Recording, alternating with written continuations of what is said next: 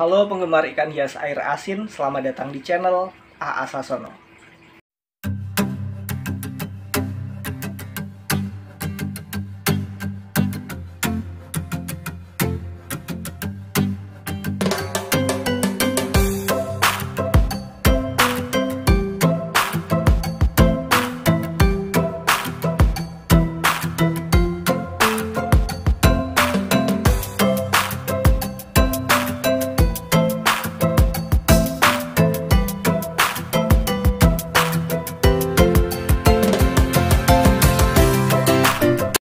Oke teman-teman, buat kalian para penggemar ikan hias air asin pasti sudah familiar dengan istilah cycling di dalam tank air laut.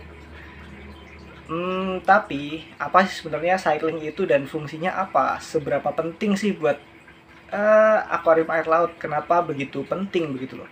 Kenapa kok di air tawar enggak sebegitu penting? Nah, di video ini aku bakal ceritain atau jelasin sepengetahuanku tentang pentingnya cycling untuk ikan hias air laut kayak gitu teman-teman. Nah, sebagai pengetahuan juga kalau ikan laut itu ternyata sangat sensitif, ya nggak cuma ikan tapi biota-biota laut itu sangat sensitif terhadap zat apapun yang ada di air gitu loh. Zat-zat kimia yang ada di air mereka itu sangat sensitif, bahkan terhadap tingkat salinitas atau tingkat kadar garam itu juga sangat sensitif mereka. Jadi aku sangat menyayangkan banget kalau ada pencemaran air laut gitu loh. Misalnya yang peristiwa pernah itu minyak yang tumpah di laut, atau mungkin reklamasi pulau yang selama prosesnya itu mencemari laut. Itu karena ikan laut itu sangat sensitif.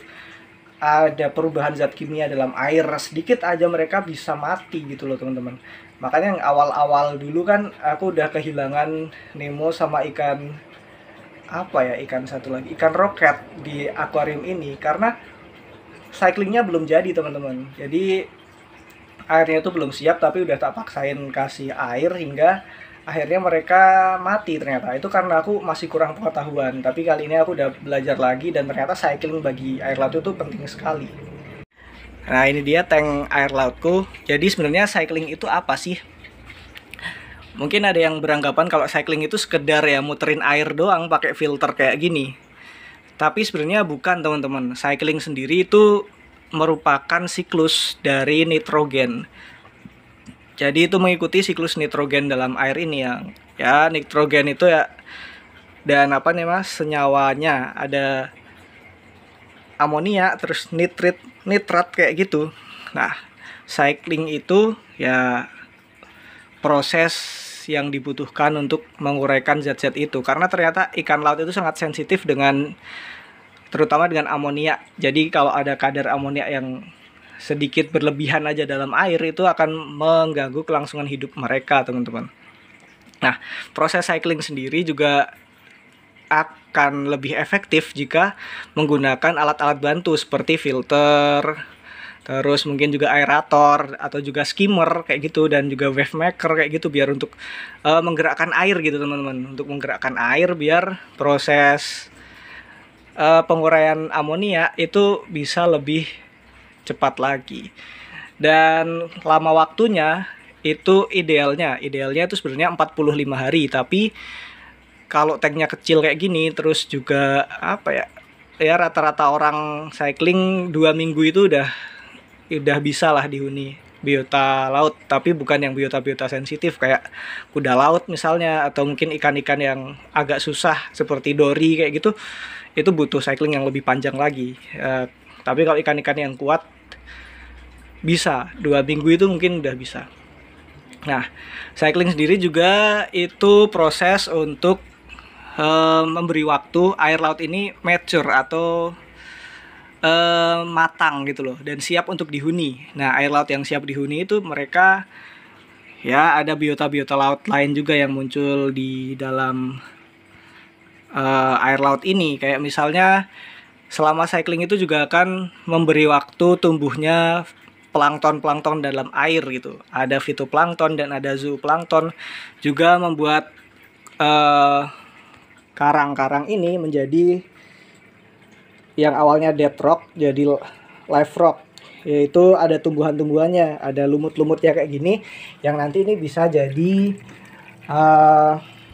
makanan untuk ikan-ikan yang akan dihuni nanti. Nah, ini lampunya aku ganti yang warna putih teman-teman biar kelihatan. Nah, ini udah aku cycling selama kurang lebih 2 minggu. Udah 2 minggu dan batu-batu yang awalnya hanya putih aja ini udah mulai tumbuh lumut-lumutnya. Jadi ini menandakan kalau airnya udah bisa dihuni makhluk hidup nih.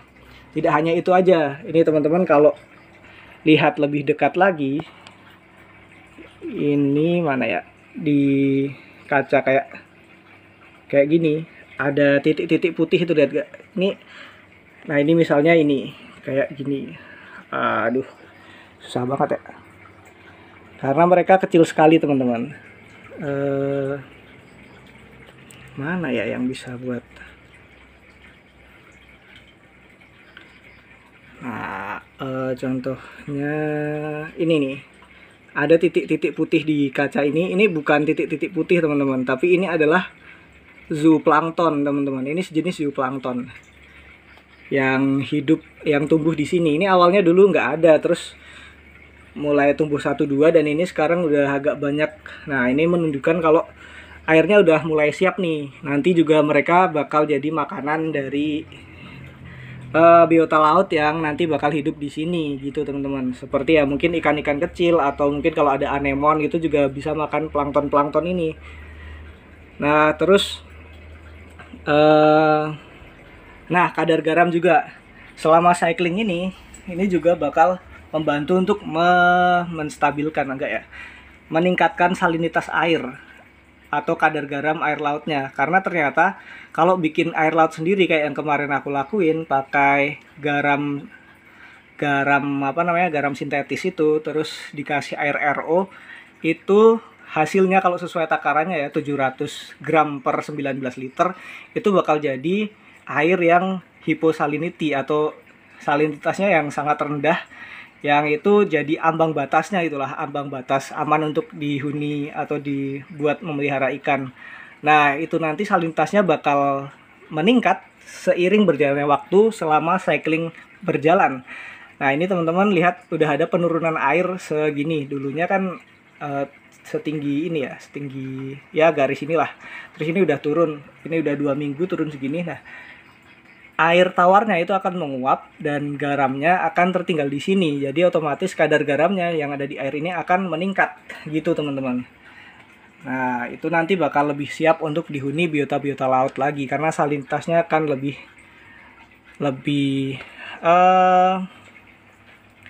baik lah gitu, lebih pas gitu teman-teman dengan habitat aslinya.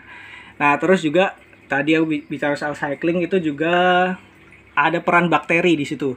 Bakteri-bakteri probiotik yang mereka akan mengurai amoniak menjadi nitrit dan diurai lagi menjadi nitrat. Nah, nitrat itu akan jadi makanan bagi fitoplankton dan juga makanan dan juga akan bisa diserap oleh tanaman air itu.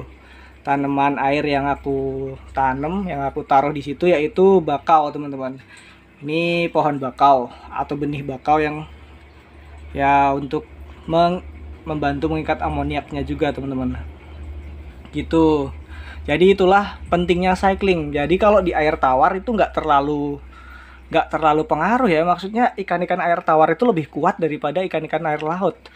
Pakai air sumur aja gitu yang langsung itu bisa gitu loh bertahan, asalkan kasih filter gitu kan misalnya.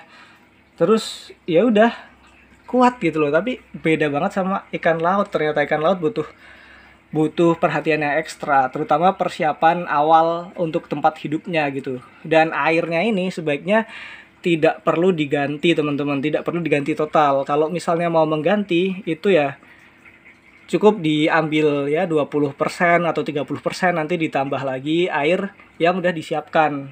Itu air RO dengan garam sintetis itu.